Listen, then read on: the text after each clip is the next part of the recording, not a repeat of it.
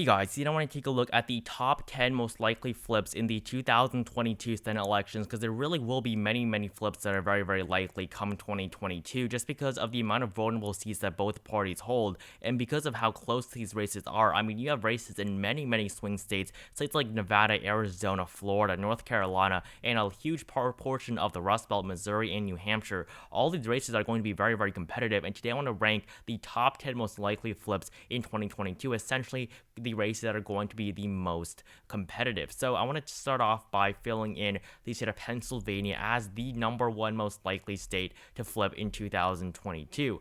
So before we get into why, make sure to join my Discord server if you have not. The link to which is at the very top of the description below. We have a pretty cool mock government on there, so make sure to join that if you have not. But in the state of Pennsylvania, this state is currently held by the GOP, specifically Pat Toomey. So Pat Toomey is the Republican incumbent in Pennsylvania, and he is expected to retire in 2022. He has already announced that he will be retiring as a result of how hard it is to get things passed in the Senate nowadays. He was first elected in 2010, won re-election in 2016 by a pretty weak margin, but still, it's the state of Pennsylvania, and his margin was not too bad. But in 2018, just 2 years later, you saw the Democratic incumbent here, Bob Casey, who won re-election with 55.7% of the vote. So the Democrats definitely do have the edge in this state, and incumbents do always do better. If you look at the 2018 Senate races, you will see many Democratic incumbents doing terrific in many states. You saw likely margins in Pennsylvania, Ohio, as well as Michigan and Wisconsin, and all four of these states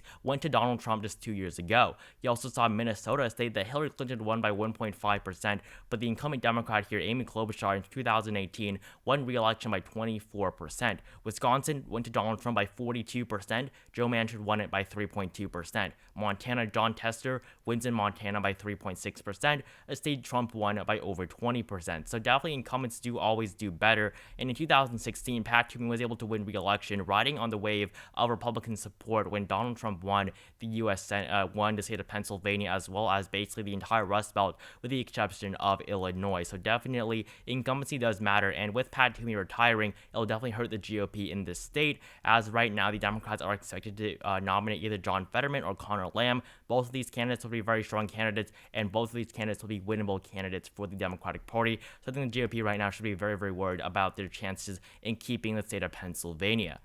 And at number 2, I have the state of Georgia, currently held by Raphael Warnock. Warnock, who won his first election in the 2020 special election, defeating Kelly Loeffler, who was appointed in 2020 to fill the vacancy left by the retiring Johnny Isakson. So for Raphael Warnock, he was able to win by a little bit over 2% over Kelly Loeffler, and this makes this race especially close because Kelly Loeffler was not a strong candidate. She was a pretty weak candidate for the GOP, and Raphael Warnock, although he was a weaker candidate compared to him and Jon Ossoff, who ran against David Perdue, Raphael Warnock did run against a weaker Republican, a much weaker Republican who was not elected ever. She was just appointed in 2020, and with all the energy that the Democrats put behind this race, they really made this race, very important, and they really were able to increase turnout significantly for a special election. I mean, these races generate the most amount of money of any Senate race in the history of the United States. So this race, a lot of money was poured into it, and the Democrats, very narrowly won after Joe Biden won it on the presidential level. So definitely Georgia, although it did go to the Democrats, both Senate seats and the presidency in 2020,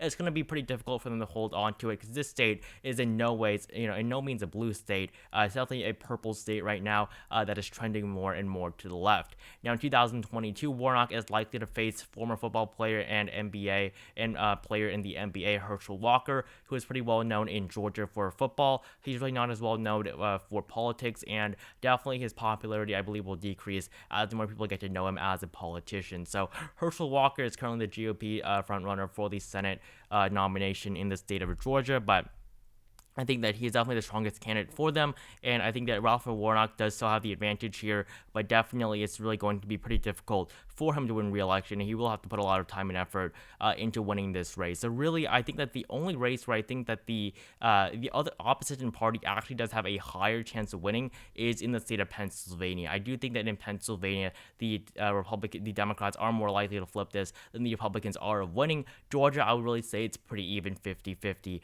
as of this point in time. Now, the next seat I want to take a look at is the seat in the state of Wisconsin. In the state of Wisconsin, definitely this will be another pretty vulnerable seat for the GOP. It's currently held by incumbent Republican Senator Ron Johnson. Ron Johnson is the candidate that Trump wants to run because he is somebody that has really supported Donald Trump, and he is someone that can win in the state of Wisconsin. So he ran against Russ Feingold, who was a former senator first elected in 1992. He served 3 terms before losing to Ron Johnson in 2010 in his 4th bid for re-election. He ran again in 2016, but actually lost this race once again in 2016 when Trump won the state.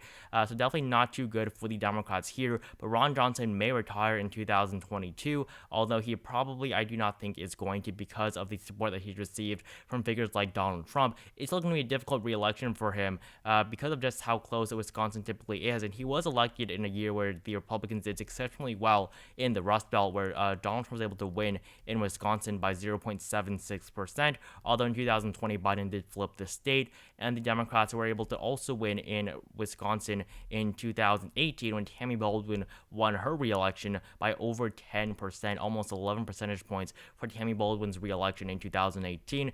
She's the other senator from Wisconsin, a Democrat, so it's definitely possible that the Democrats could see something like this if they put up a strong candidate against Ron Johnson or really anyone. The Democrats really definitely do have a very good chance at being able to win in 2022.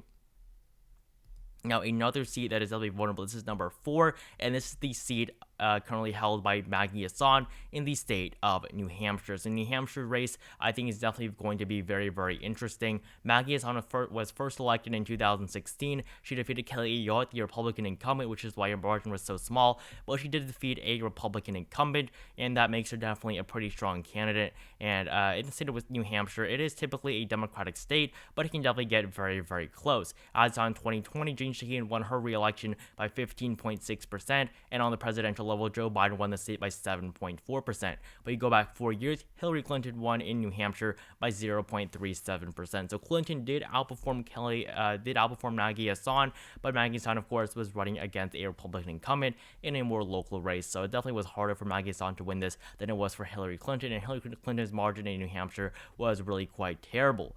Now, right now, the betting odds for this race, the Democrats do still have the advantage, but really the reason why the Republicans have such a good chance is because Chris Sununu, the governor of the state of New Hampshire, if he does run, he will make this race very, very competitive, Chris Sununu, and it'll be interesting to see what happens there, because Chris Sununu in 2020 won his re-election with over 60% of the vote. He won by around 32% against his Democratic opponent in 2020 for his re-election as governor of New Hampshire. So that makes this race especially competitive, and Maggie Hassan, although she does definitely have a chance, and I think she does have the better chance, it can definitely get down to the wire there in the state of New Hampshire, as New Hampshire is pretty unpredictable in how it will vote. At number 5, I have the state of North Carolina. North Carolina will be number 5. This another seat currently held by the GOP, and more specifically, this race is currently held, or this seat is currently held by incumbent Republican Senator Richard Burr, who won re-election in 2016 with 51% of the vote. So Richard Burr definitely was a pretty strong candidate for the state, and he will also be retiring in 2022. So another vulnerable Republican retiring come 2 years. But for Richard Burr, he was able to defeat Deborah Ross by around a margin of 7 or 6%, 5.7% to be more exact. And right now, the race is going to be open. But if you look at the odds here, currently the North Carolina Republican Senate nomination, the front runner is Ted Budd, who I think is the best candidate out of all 4 of these possible candidates. Richard Burr really is not going to be a possible candidate, as he is, of course, retiring. But Pat McCrory, the former governor who lost his re-election in 2016 to Roy Cooper, definitely not the best. Laura Trump also not the best. Mark Walker used to be the front runner, but not anymore. Ted Budd, I think, is a lot more of a traditional Republican, a lot more of an establishment Republican, who I think will do the best here, especially compared to Pat McCrory. But even if they nominate Ted Budd, it will still be a close race in North Carolina, just because of how close it really has been in 2020, with Tom Tillis barely defeating Cal Cunningham, and that was really, I think, as a result of Cal Cunningham's sexting scandal, and if without that, I think that Cal Cunningham could have had a very good chance at winning the U.S. Senate. On top of that, at number 6, I have the seat currently held by the Democrats in Arizona with incumbent Senator Mark Kelly. Mark Kelly, of course, defeated Martha McSally in 2020, winning 51.2% of the vote. He, of course, won 2 years after. Kyrsten Sinema did the same thing, defeated Martha McSally by 2.4%. So the margins were almost identical in the state of Arizona. They both won around the same amount of votes. Kyrsten Sinema did win a little bit less because, of course, it was a midterm election, and midterms do get less turnout. 64.85%, while Mark Kelly's turnout was definitely higher. The numbers aren't here, but he won 1.7 million votes to Sinema's 1.1 million votes, and they both won by the same margin. So Kyrsten Sinema defeated Martha McSally when McSally was the Republican nominee, but in 2020, Martha McSally was appointed to fill the vacancy left by John McCain. So Martha McSally became the incumbent senator in her race in 2020, of course, she eventually lost to Mark Kelly, but Mark Kelly will be pretty vulnerable in 2022 just because, it is going to be Arizona. The race will still be close, and it'll be interesting to see whether or not Mark Kelly can fend off his possible challengers, while his possible challenger right now for the GOP nomination is currently unclear. The state of Arizona, I think definitely the Democrats and Mark Kelly have a very good chance at holding on to, but it'll definitely take a lot of time and money for them to do so. At number 7, I have the state of Nevada. Not too likely for a flip here in the state of Nevada, currently held by Catherine Cortez Masto, who defeated Joe Heck in 2016. She, of course, replaced the retiring Harry Reid, who used to lead the Democrats in the United States Senate. Harry Reid was able to do pretty well in Nevada for himself, but in 2016, Catherine Cortez Masto, of course, defeated Joe Heck, and this was definitely a strong victory. This was an open seat, and she won by the same margin as Hillary Clinton did here in the state, and Joe Biden, surprisingly, in 2016 and 2020. All three of these people won Nevada by 2.4%. So that seems to be the trend right now. But as the incumbent, I'm sure Catherine Cortez Masto will do a little bit better than she did in 2016, as long as nothing really bad does happen. And she's really not too controversial, nothing too bad about her. I think that she'll definitely do fine. But the Republicans can definitely put someone good up and make this race very, very competitive. All right, so this is yet another seat that the Democrats are vulnerable in. So the Democrats currently have 4 vulnerable seats, and the Republicans at 3. And to tie this up, at number 8, I have the state of Missouri, which will be pretty vulnerable for the Republican Party. Now, the reasoning behind this is because right now Eric Greens is expected to be the nominee for the GOP. He, of course, is a pretty bad nominee. He's the former governor of Missouri who had to resign because of a sexual blackmail investigation, and basically he was accused of that, and that made him resign, I believe, 2 years ago, and he was, of course, replaced by his lieutenant governor. But for Eric Greens, he is currently the front runner. He's someone that could win among the GOP in the state, but among most people, especially independents and Democrats, it'll be very hard for him to get people over, considering what his past is like. And with him being the front runner, I think this race can definitely be close, because as you saw in 2016, Roy Blunt only defeated Jason Kander by less than 3%. I mean, this race is a pretty solid Republican state on the presidential level. Trump won it in 2016, the same year that Roy Blunt won this race by less than 3%. Donald Trump won the state of Missouri by almost 20 percentage points.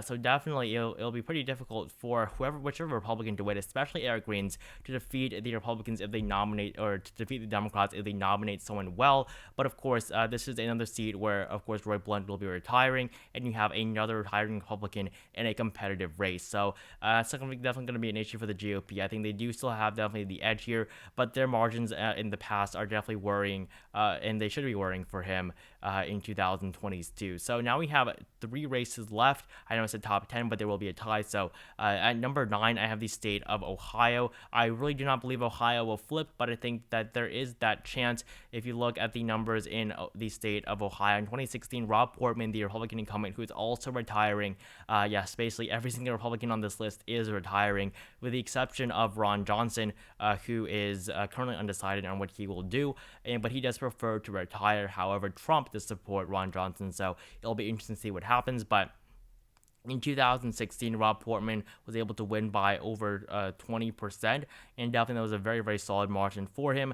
20.8% more specifically, and he really was able to perform very, very well, especially in more Democratic areas, winning basically the entirety of the state's rural population and a big chunk of their more metropolitan population. But Rob Portman will be retiring, and he will take away the incumbency factor for the Republican Party, and it'll make it more difficult for them to win. But considering their history, I think that the Republicans are definitely in the advantage. But you cannot forget that in 2018, Sherrod Brown, a Democrat, won re-election against Jim Renacci, won 53.4%. Definitely did much better than Tom Strickland did against Rob Portman. So this race can definitely be very, very close, but it can also be, a landslide for the GOP. So the race in Ohio will definitely depend on who the candidates are, and I think that'll be interesting to see what happens there. So this puts both both parties at 49 seats that we've talked about now. I think that definitely Pennsylvania is the only one that is very, very likely to flip. I think Georgia could be as well,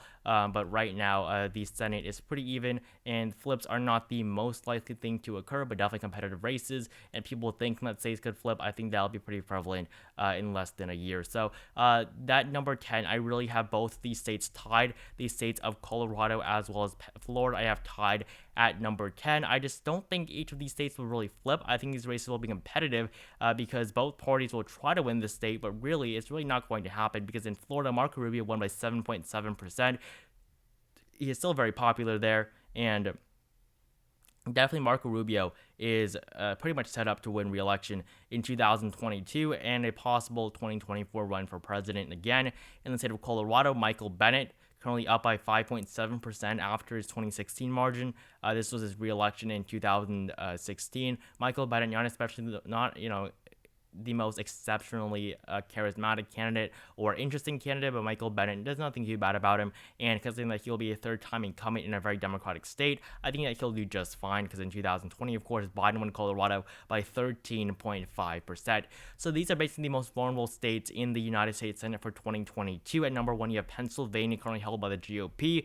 At number 2, you have Georgia, a Democratic seat. Number 3, Wisconsin, then New Hampshire. So 2 Republicans, 2 Democrats now. But you do have North Carolina making it another red state that's vulnerable, Arizona and Nevada on top of that, and the state of Missouri as well as Ohio. And of course at number 10 you have tied Colorado and Florida. So thank you guys so much for watching this video. Make sure to like it down below if you enjoyed it. Subscribe to the channel if you have not. Comment down below who you think will win the 2022 Senate elections for the midterms. Make sure to join my Discord server if you have not. Link at the very top of the description below. We have a pretty cool mock government on there, so make sure to join that if you have not. Again, thank you guys so much for watching this video, and I'll see you guys in the next one.